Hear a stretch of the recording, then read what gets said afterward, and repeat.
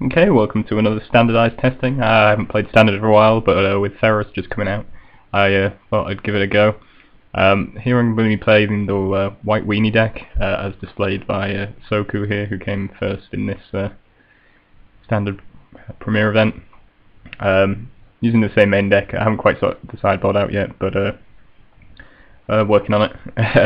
Definitely a work in progress. But yeah, main deck is exactly the same. So here we have a matchup against a mono black devotion deck, and see how we went. So we lost the roll, and I think our opponent chose to play first. Yep. Here's our hand. Well, actually, I think I'm missing 2 Sacred Foundries in the main deck, actually. Not that that's super relevant, but yeah, they definitely should be in there. I just don't quite have them yet. I'm working on building up deck. Anyway, this is our opener. It's not the most exciting. Run 12 1-drops, so not having a 1-drop is a little bit annoying. But I decided to run with it. This is one of my first matches with the deck, so decided to try this hand out. It uses Fault Seas, which is pretty annoying since we only had 2 creatures in our hand, and that means we lost our Precinct Captain. Do draw out one of our 1-drops, which is nice. Let's get the Judge's Familiar out there. We can attack for 1 here, and play out a Daring Skyjack. World Connections, which is nice, because thanks to playing the Moot Vault on turn 2, we're going to be able to get in here for 6, and be able to play out the Soldier of Pantheon. So it goes down to 11. We get to play out our Soldier. He draws a card with Underworld Connections. Doesn't have anything to play. I go to activate my Moot Vault and attack. He has Devour Flesh. Bit of a tough choice here. I decide to sack the Soldier of the Pantheon, I think, because mainly because having the flyer is a consistent source of damage, and I don't imagine he runs too many flyers in his deck, whereas the Soldier can be stopped by a Grey Merchant or something of that sort. I'm not sure if that was the right choice or not, but that's what I went with. So, sack the Soldier. Still going to be able to get in for a 6 here. I'm going to be able to put him down to 4 here, which is nice. Opponent plays Grey Merchant, which is definitely annoying. Obviously in the race situation, it's a pretty good card. He's going to gain 4, I lose 4, and it's a fairly considerable sized blocker in our way. So I'm quite happy that I sacked the Soldier rather than the Judge's Familiar, just because it's going to be able to actually get through, whereas not going to be able to do that with the Skyjack or the Soldier. So we draw Brave the Elements, play our Temple of Triumph and see a Banisher Priest on top, which is nice. I was considering attacking with Judge's Familiar at the Skyjack and the Moot Vault, just so we can get in 4 damage. Don't know if that would have been a good play just generally, but we kind of want to win as fast as possible. Any more Grey Merchants, etc. was just going to end up with us losing. So I was tempted to do that, just to give Battalion Skyjack. Knew I'd be able to get into 4, and then hope to top deck something good. But after scrying, seeing the Banisher Priest, rather go next turn and use that to get rid of the Grey Merchant.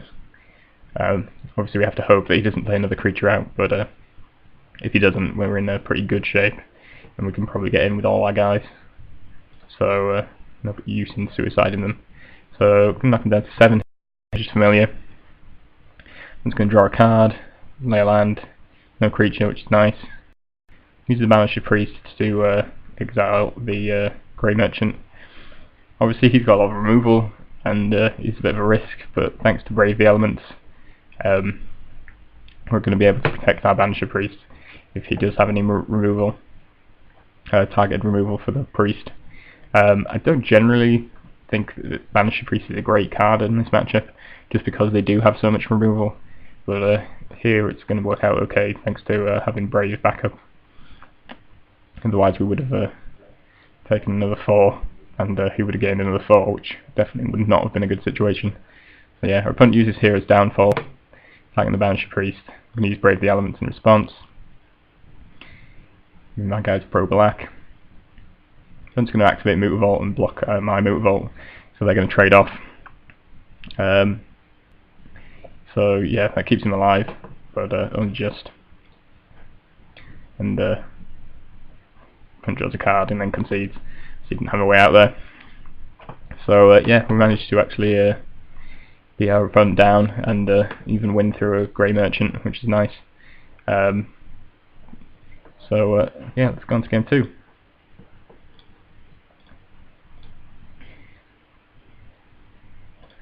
So here we are in game 2. This is our opening hand. We've got a Militant, a Precinct Captain, Spear of Heliod, we've got Mutavault in there, a couple of Templar Triumphs and the Plains. Slightly awkward on the mana side of things. Seems as though if we want to play turn 1 Dryad Militant, we're not going to be able to play turn 1 Precinct Captain unless we draw another untapped white source. So a little bit awkward, but I'm gonna go with it. With the Militant, our opponent leads off with a Temple of Deceit. Plays Devour Flesh to kill off the Militant, which is a little annoying. We play our Precinct Captain. We get Thought Seized. He takes our Spear, which is sad to see go. Definitely would have been nice to give pumps to all our guys and potentially destroy some of his creatures. Just get Skyjack, which isn't too great if he's going to drop a creature next turn. Not too great on its own, just generally the Skyjack. So opponent plays Lifebane Zombie. Isn't able to take anything out of my hand because I don't have anything in my hand in terms of white creatures, but it's going to be a problem for me. I could have tried to attack and trade, but I don't think that really benefits me. He's also got Mutavault, which you could trade off with the Skyjack. I think we'd just end up in a bad position, but we're in a pretty bad position anyway, so I don't know if maybe we should have attacked and try and very least kill off his Mutavault and lower his land count, but yeah, definitely not looking good for us. And maybe should have forced the trade, but I don't think it's going to make a lot of difference. And yeah, Grey Merchant comes down, 6-point life swing, and yeah, that pretty much wraps things up. So go on to game 3.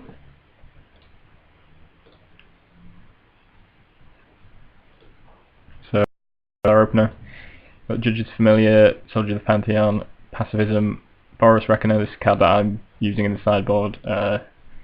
Soku's list didn't use it, but just a card I have, and figured it was worth a try. And then Soldier of Pantheon.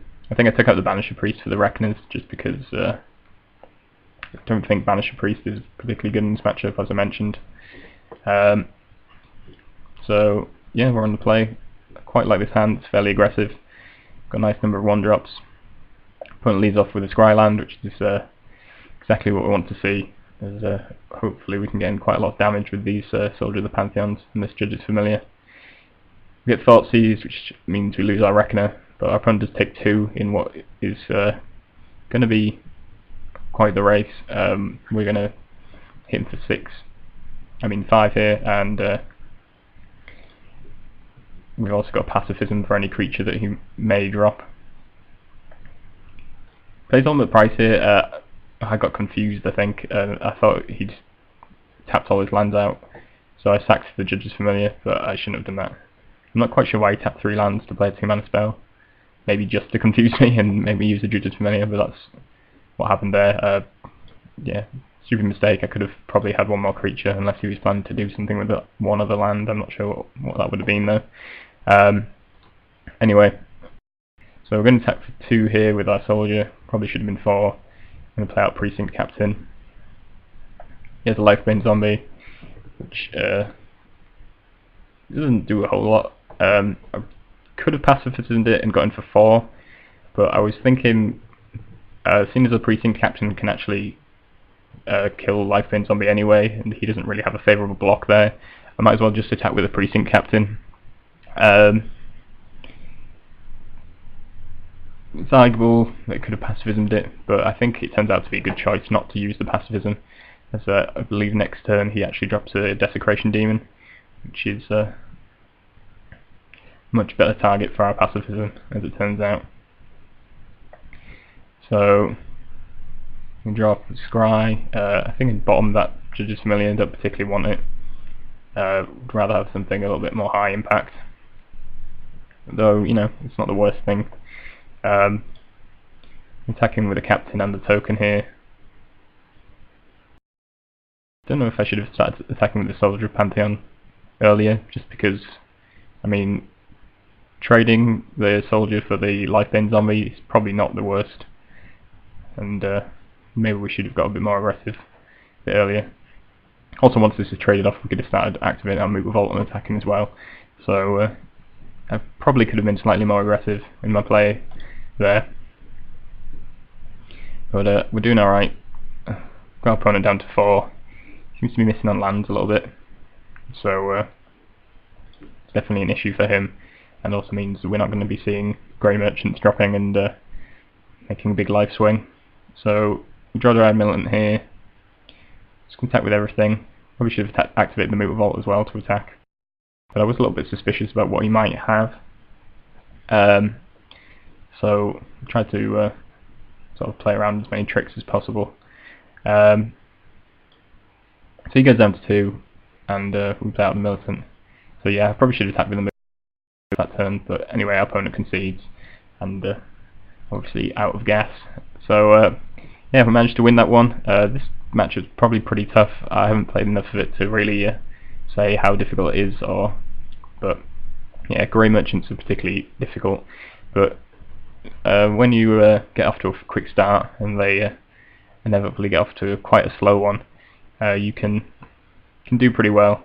So you've got to watch out for removal, and you've also got to watch out for things like Grey Merchant that can swing the tide. But we did pretty well here, and I thought this was a good example of the deck working well against Mono Black Devotion.